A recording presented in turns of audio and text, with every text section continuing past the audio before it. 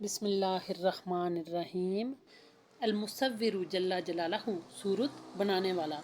अल्लामा खत्ताबी रहमतुल्लाह तआला से फरमाते हैं, अलमुसव्विरु जल्ला जलालहू वो ज़ात है जिसने अपनी मखलूक को मुख्तलिफ सूरतों पर पैदा किया ताकि वो उसके ज़रिए से एक दूसरे को पहचान सकें।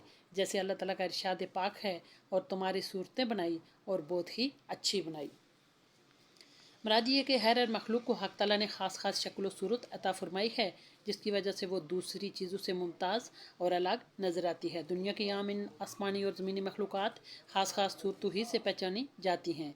फिर इनमें अनवा इकसाम की तकसीम और हर नौ और सिनफ की जुदागाना मुमताज़ शक्ल और सूरत, और एक ही नौ इंसानी में मर्द और औरत की शक्ल और सूरत का फ़र्क।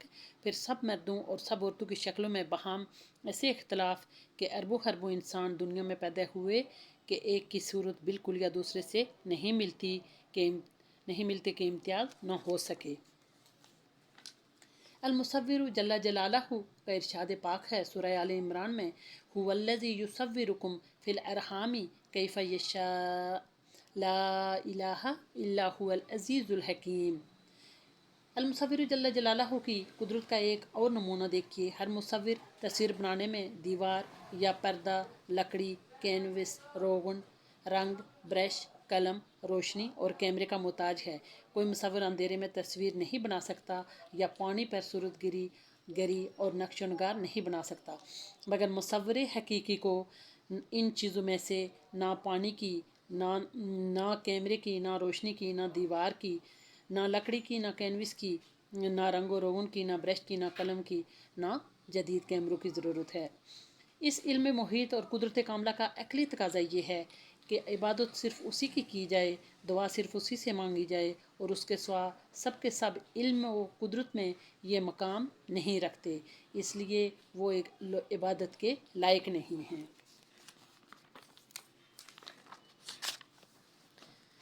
इस बेनज़ीर हसीन तरीन मखलूक को, जिसमें सैकड़ों नाजुक मशीनें और बाल के बराबर नाजुक व बारीक रगें खून और पहुँचाने के लिए लगाई गई हैं, ये आम सनतकारों की तरह किसी खुली जगह रोशनी की मदद से नहीं, बल्कि अंधेरों में ऐसी जगह बनाई गई हैं जहाँ किसी की नज़र तो क्या फ़िक्र की भी रसाई नहीं।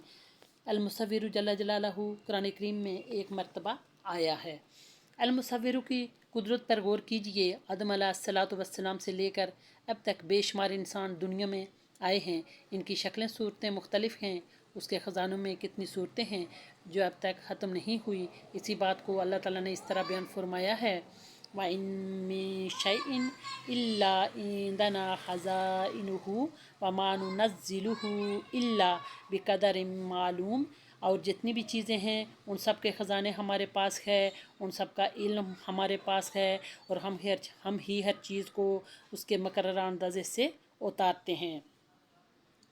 सबकी शक्ल सूरत मुख्तलिफ, यहाँ तक कि उंगलियाँ और उनकी लकीरें, अंगूठा वगैरह सब मुख्तलिफ। इसी तरह आँख, अबरू, भुएँ, गाल, तिल, नाक और इसका उबार, कान, होंठ, दांत, थोड़ी एक जैसी नहीं बनाई, बल्कि अनवा इकसाम की बनाई।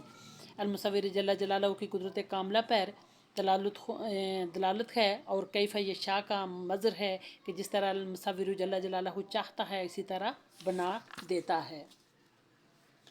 वमिन आयातिही खल्कुस्समावाति वल अर्ज़ि वख्तिलाफु अलसिनतिकुम व अलवानिकुम इन्ना फ़ी ज़ालिका लआयातिल लिल आलमीन। और उसकी कुदरत की निशानियों में से आसमान और ज़मीन की पैदाश और तुम्हारी ज़बानों और रंगतों का इख्तलाफ भी है। दानिशमंदों के लिए इसमें यकीनन बड़ी बड़ी निशानियाँ हैं। हदीस पाक में आता है, बेशक अल्लाह ताला तुम्हारे जिस्मों को और शक्ल सूरत को नहीं देखते, बल्कि वो तो तुम्हारे दिलों को और तुम्हारे अमाल को देखते हैं। दिलों को जंग भी लग जाता है जैसा कि लोहे को पानी लग। हदीस पाक में आता है, बेशक अल्लाह ताला तुम्हारे जिस्मों को और शक्ल सूरत को नहीं देखते, बल्कि वो तो तुम्हारे दिलों को और तुम्हारे अमाल को देखते हैं। इसलिए वो चेहरा जो दुनिया देखती है उसको दिन में अगर कहीं मरतबा देखते हैं, तो जिस चेहरे को हमारा परवरदिगार देखता है, हम उस चेहरे को भी अपने ज़मीर के आईने में थोड़ी देर के लिए बैठ कर देखा करें कि ये इंसानों वाला है या हवानों वाला है। دنیا میں کتنے انسان ہیں جو روزانہ اپنے ظاہری چہرے کو گورا کرنے کے لیے کریمیں وغیرہ استعمال کرتے ہیں، لیکن دل کے چہرے، جس چہرے کو اللہ تعالیٰ دیکھتے ہیں، اسے گورا کر رکھنے کی فکر بہت کم ہے۔ حدیث میں آتا ہے دلوں کو بھی زنگ لگ جاتا ہے جیسا کہ لوہے کو پانی لگنے سے زنگ لگتا ہے۔ عرض کیا گیا یا رسول اللہ صلی اللہ علیہ وسلم ان کی صفائی کیسے کی جائے؟ آپ صلی اللہ علیہ وسلم نے فرمایا موت کو اکثر یاد کرنا اور قرآن پاک کی تلاوت کرنا۔ حقیقی مصور اللہ تعالیٰ ہے، اس نے انسانوں کو بھی تصویر بنانے کا اختیار دیا ہے، لیکن ہمارے امتحان کے لیے کچھ تصویریں بے جان چیزوں کی کے بنانے کے ہمیں اجازت ہے اور کچھ تصویریں جاندار چیزوں کی کے بنانے سے منع فرمایا گیا ہے۔ ہمیں چاہیے کہ بغیر چوں و چرا ہم اس کی باتیں مان لیں اور سمجھ آئے یا نہ آئے، ایک فرما بردار غلام بندے کی طرح اس کا حکم ہمیں ماننا چاہیے۔ لہٰذا جاندار کی تصویر بنانے سے، ان کو گھروں میں رکھنے سے اور ایسی مجالس یہاں یہ تصویریں بنائی جا رہی ہوں وہاں جانے سے منع کیا ہے، اور یہ سب گناہ اور حرام ہیں اور ہمیں اس سے بچنا چاہیے۔ ہر مسلمان بھائی بہن ان گناہوں کی مجالس میں شرکت سے ہر مسلمان بھائی بہن کو ان مجالس کی شرکت سے بچنا چاہیے جہاں اللہ تعالیٰ کا غضب نازل ہوتا ہے۔ ہرگز وہاں نہیں جانا چاہیے اور رشتہ دار، دوست، احباب سے ہرگز ڈرنا نہیں چاہیے، بلکہ یہ کہہ دیں کہ اگر آپ میرے مالک کو ناراض کرو گے تو میں اس شادی میں یا تقریب میں نہیں آ سکتی یا نہیں آ سکتا۔ میں آپ لوگوں کو راضی کرنے کی خاطر اللہ تعالیٰ کو ناراض نہیں کر سکتی یا نہیں کر سکتا۔ اس پر بعض لوگ کہہ دیتے ہیں کہ خاندان والے یا وہ عزیز اور دوست روٹھ جائیں گے۔ حضرت حکیم الامت رحمۃ اللہ تعالیٰ نے فرمایا کبھی تم بھی روٹھو، تم بھی کبھی کہو کہ جب آپ کو اللہ تعالیٰ اور رسول اللہ صلی اللہ علیہ وسلم کی ناراضگی کا خیال نہیں تو مجھے بھی آپ کی ناراضگی کا ڈر نہیں۔ جس بندہ کا المصور جل جلالہ پر مکمل یقین ہو جاتا ہے وہ کبھی کسی بھی شخص کو بدصورت یا حقیر نہیں سمجھتا، اس لیے کہ جس تصویر ساز سے تعلق ہوتا ہے اس کی ہر تصویر شاہکار لگتی ہے۔